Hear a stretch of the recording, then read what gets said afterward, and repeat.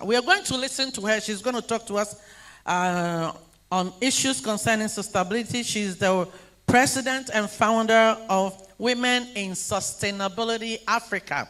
Let's give it up for Madam Yaa Serwaa.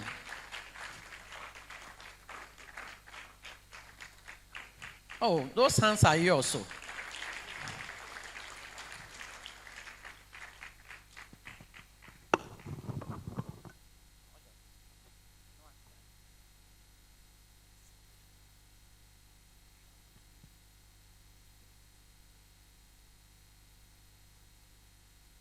Good afternoon, distinguished ladies and gentlemen, special guests,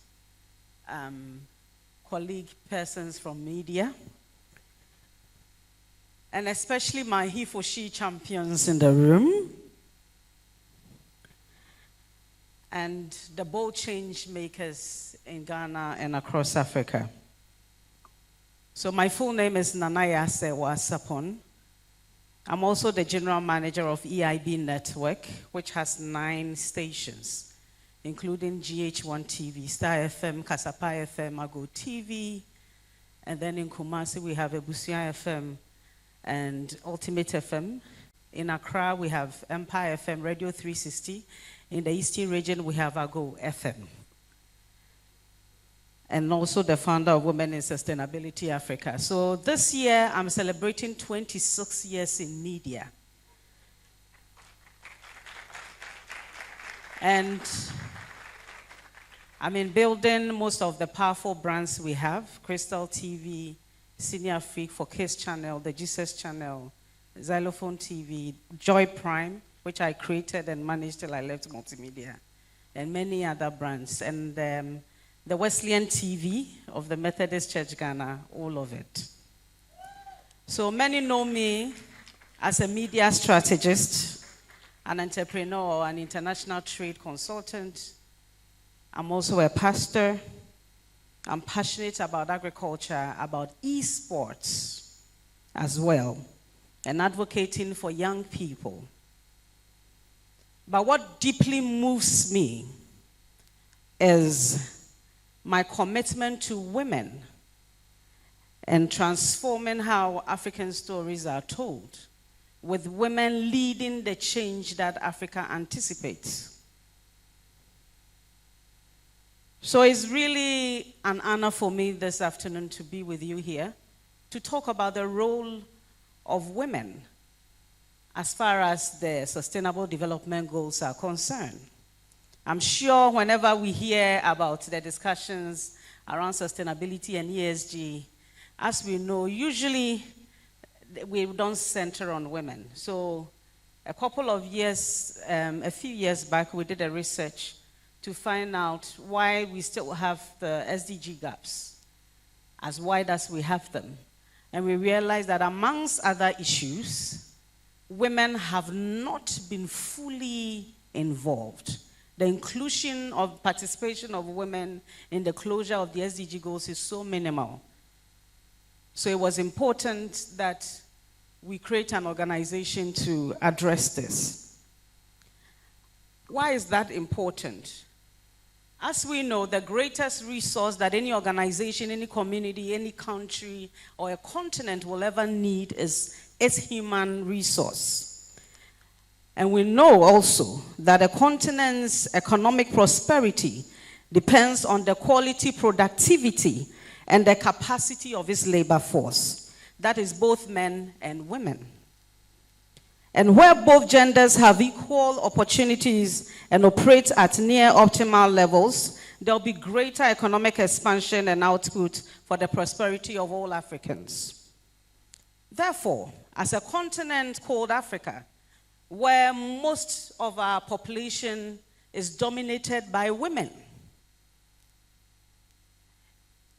it begs the point and the attention for us to notice that if we are able to build the capacities of women, if we are able to invest in women more, there is a return on that investment. That women are a source of labor. When we invest in women, we'll get it back. And we invest in women, Africa's economy will expand. Because then more women who are already a major part of our economy would be able to do more. So to drive inclusive economic growth and reduce poverty amongst others, there is a need for an intentional and clear understanding of setting and aligning economic and social dynamics in specific contexts. So even when we are talking about the SDGs, let's involve women. Let's talk about women and young people. And this will in turn positively impact the involvement and contribution of the women in the SDGs. So as we approach 2030,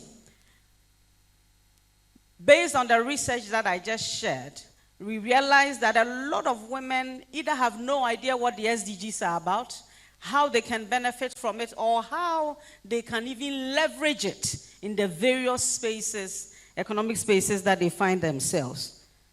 So as we have 5 years for the realization of the SDG goals, we approached the UN in New York. We're there with them, we had conversation, we pitched the idea to them, and we came together with the UN Global Compact, Tolu here, and his team, as well as with the gender minister, the sustainability minister, and the honorable minister for labor. Together with other organizations that partnered with us, we launched Women in Sustainability Africa on the 1st of May on behalf of all women of Africa and of African descent to mark a new beginning to accelerate growth towards the closure of the SDGs gaps. Because we want to be deliberate to center women at the heart of the implementation and compliance to the SDGs. Women in Sustainability Africa is a Pan-African organization that works with CSOs, other NGOs, corporate institutions, local and international development agencies, and individuals to bring all women groups together, especially those at the grassroots level, to foster the achievement of the SDGs.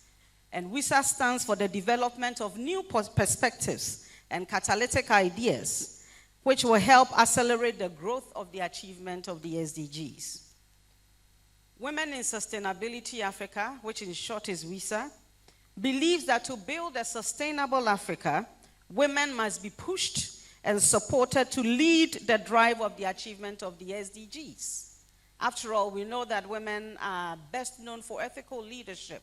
Women are best known for nurturing and birthing great ideas. No wonder God blessed women with 2 wombs.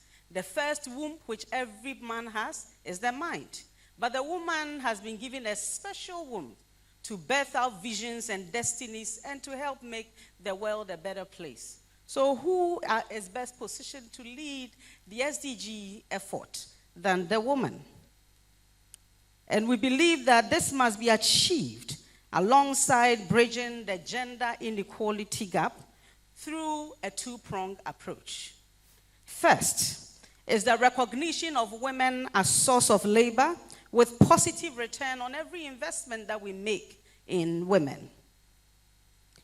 Because any thriving economy will need the full strength of its labor force, as I mentioned earlier.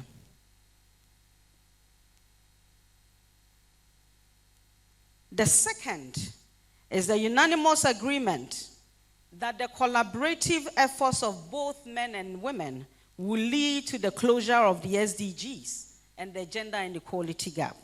That is men standing side by side with women to lift up and empower women. How many of us agree with me on that one? That for us to close the gender inequality gap, we have to do it together. And on that note, I want to say a very special thank you for every man here who supports women. And if you've not been supporting women, remember your mommy brought you to this world. She's a representation of womanhood. And you've got a sister, 1 or 2, or a friend. So please, let's stretch forth our hands to support our women. And I repeat, the gender inequality gap. And this goes to both men and women. Women, we cannot do it alone. That is why we still have a gap gaping at us. If we can close the gap, we've got to work together with the men and with the men.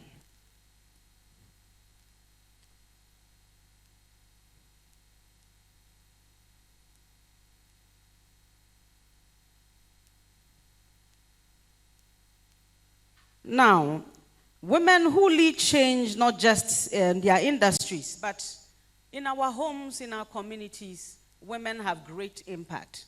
That is why when you position women to lead in any space, it has exponential effect. So we founded Wisa to equip women with tools to build regenerative features for the continent. And Wisa exists to ensure that African women are not just participants in sustainability, but we are also designers of it. Our work is rooted in the SDGs through several innovative projects that we are doing. So we are doing projects in sanitation, in agriculture, and the rest. As a matter of fact, upon the launch of Women in Sustainability Africa, together with Maslock and the government, we launched a project where in every region, across the 16 regions of Ghana, we are going to fully equip 1,000 women per region, so 16,000 women in all, to go into sustainable farming. And plans are underway to activate this. We also believe that just as we stand for women standing together with men to bridge the gender inequality gap, for all our interventions, we're looking at 70% women and 30% men. So although we are a women organization, we seek to do what we preach.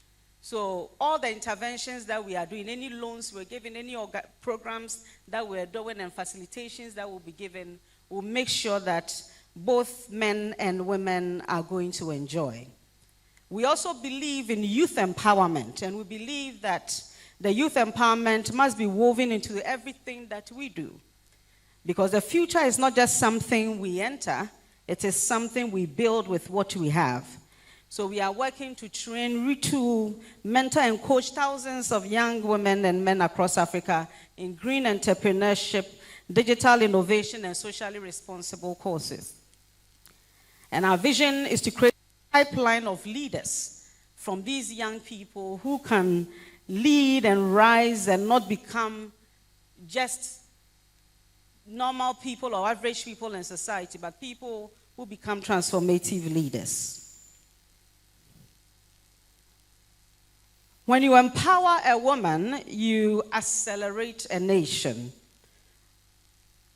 Women make up half of the world population, and I reckon that with Africa as well.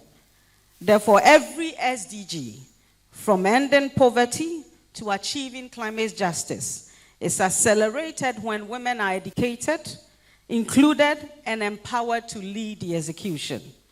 We are not just participants in development, but we are catalysts of it. Gender equality, is not goal 5. It is all the goals 17, when you think about it. Gender inequality or gender equality underscores all the 17 SDG goals. Therefore, SDG 5, which is gender equality, is the hinge on which all the other goals will swing. When women thrive, families are better, children learn better, and economies grow faster and peace lasts longer. Equality must move from paper to policy and from our conversations to become a culture. So that when we are in a space and we look around and we are not finding women, everybody must ask themselves, where are the women? And encourage the women to be there. Women must not only be seen merely as recipients of development aid, but we are architects of solutions. Across Africa, women are driving innovation in agriculture, fintech, health, and education. And the next frontier of progress will be led by women who combine empathy with enterprise, heart-driven leadership with hard results. Women must have seats at the table. Every table, as a matter of fact, in policy making, in parliament, in our tech spaces, in agriculture, in our boardrooms, in our creative spaces, in media, during peace talks, everywhere, we must make sure women are there. It's not about tokenism, but it's about transformation. When we involve women, better transformation happens. When women lead, governance becomes more accountable and communities more resilient. As a media leader, I have seen how stories shape systems. Recently, I was at the UN General Assembly. I was invited, based on Women in Sustainability Africa and the work I do, and also as a media leader in Ghana and Africa.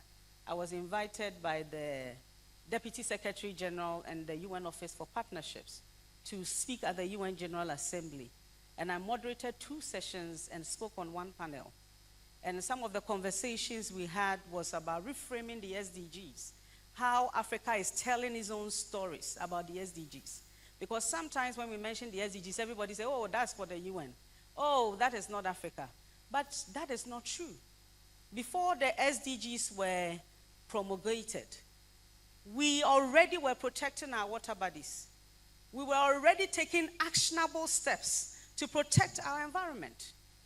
As a matter of fact, when you look at all the 17 SDG goals, what you will realize is that most of them are what Africa needs, or almost all of them are what Africa needs. We need to alleviate poverty, it is there. We need sanitation, it is there.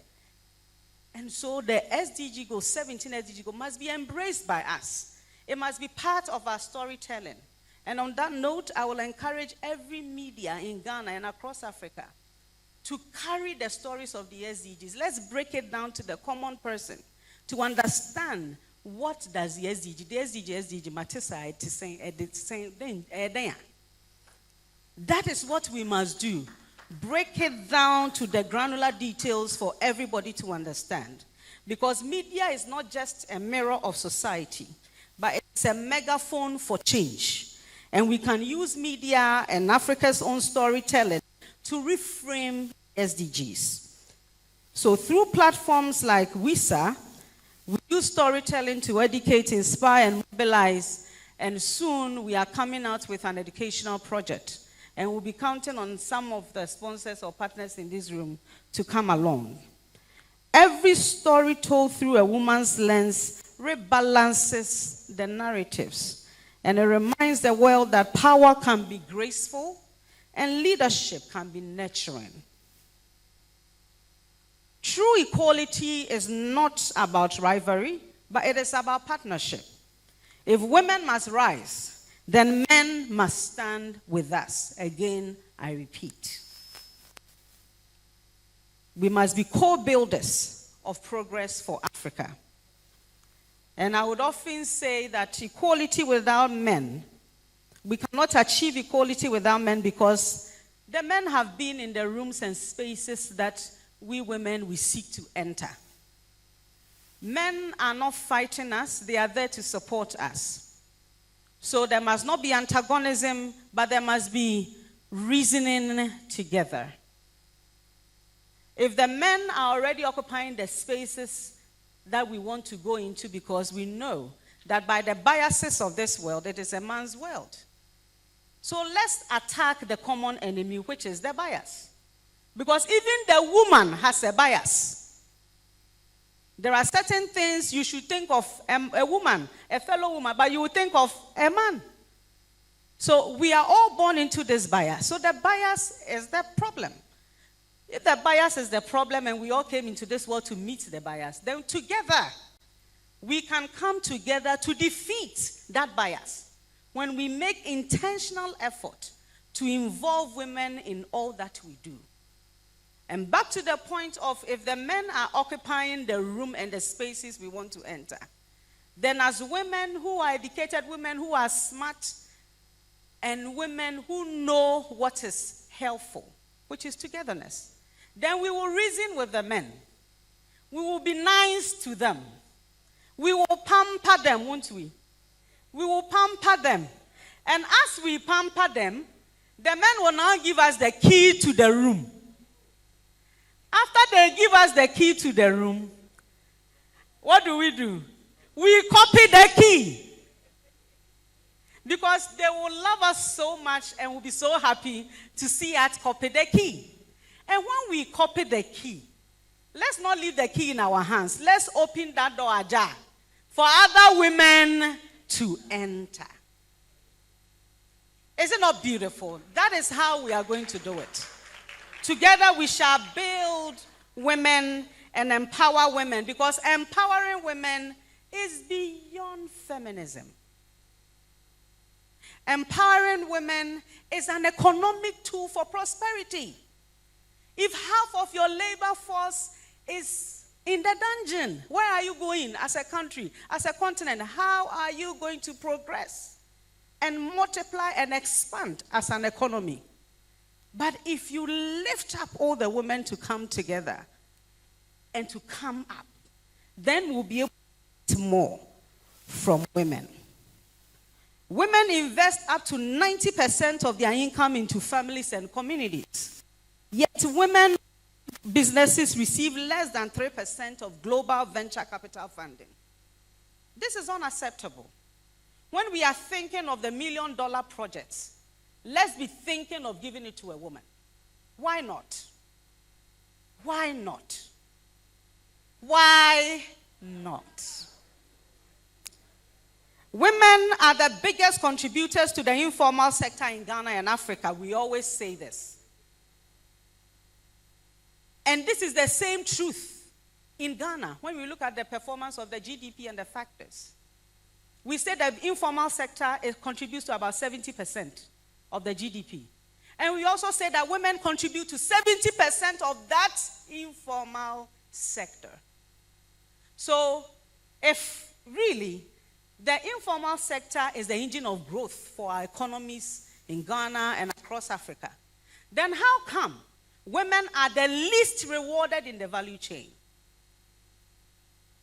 Should this be accepted? There must be a corresponding increase. After all, the Bible says we chop from what we do, from the fruit of our hands. So let this conscience play on our mind, all of us, as women and men, and begin to examine the systems of change and the value systems in our businesses, in organizations, and in our economy, and see whether we've been fair to women, and whether if we leave things as they are, we can get the best out of our most larger labor force. We will not. So that change begins with all of us in this room. For us to examine and question the traditions that we've come to meet. They are supposed to be questioned. Why this? Why that? Why can't it be this? Why can't it be that? That's the only way that change, transformative change and progress comes. So let's start with us. Let's not be looking anywhere for the solution. Because closing the gender inequality gap is not charity, but it is smart economics. It makes economic sense to invest in a woman. So let's create ecosystems that finance women, not just applaud them. And at Women in Sustainability Africa, we are aligning with numerous local, continental, and international organizations and interventions to groom African women to create wealth through industrialization. And the goal is that for the next 5 years, we want to raise 100 women millionaires across Africa through industrialization. Because women belong to industries, not just to think about owning a boutique. Why don't you create and own the fabric? Why don't you create and own the costumes and ship it? We must be right at the center of industrialization and commerce. And when we travel out, we will see many women are doing it in many spaces. So we're working with a group of team on economic zones for women. We need to push this agenda. Women must lead in the industrialization space so that, because Africa needs industrialization. so that we can employ more women, we can employ more young people, and so that we can expand our economy locally. Every successful woman has a story and someone who believed in her. Mentorship is the bridge between potential and performance. So let's begin to join initiatives like Wisa and many other platforms that even personally I'm invited to. Let us do more of, as I am here doing this, let us all be a representation of womanhood, speaking for the woman, being there, not just to be seen for ourselves, but causing real change that would have multiplying effect. From today, I want it to be resounded in the corridors of national, continental, and global systems that if the potential of the SDGs can be realized, women must lead the rest of the continent to help us make our world a better place than we came to meet it. The SDGs, the ESG, will not move faster without women. It cannot happen. It cannot move faster without women. So this is the year for decisive action, not decorative speeches, but we want action. Every woman here represents a multiplier effect. And your actions ripple beyond your circle. Be the one who executes the problem you see around you. Many a time we see the problem as Ghanaians, we will be complaining about the problem. Who is going to solve it? You saw it because you have to solve it. So that dream, that vision that is inside of you as a woman in this room, please execute it today. We need actions that would have ripple effect. And I want to remind us women here also that we are a representation of the voice of every woman who cannot be here. Whenever we get the opportunity to be in our positions of power and to be at conferences like this, let us make sure we are using the opportunity to voice out the issues at the grassroots level. The woman who does not even know that she has a voice, and the woman who does not have a voice. Let us be their voice wherever we are. So whether you are a teacher, a nurse, a fashion, a farmer, a market trader, a coder, a journalist, or a CEO, own your power and use it to move the world forward. In conclusion, the SDGs are not a checklist. They are a platform for women to learn, to lead, to innovate, and to transform societies. And women who strategically tap into education, leadership, economic empowerment, and innovation become multipliers of progress, lifting communities and shaping the future. So I am appealing to us all in this room. Let us make room for our women to lead in various spheres, which drives us close to the SDGs. And now to my women.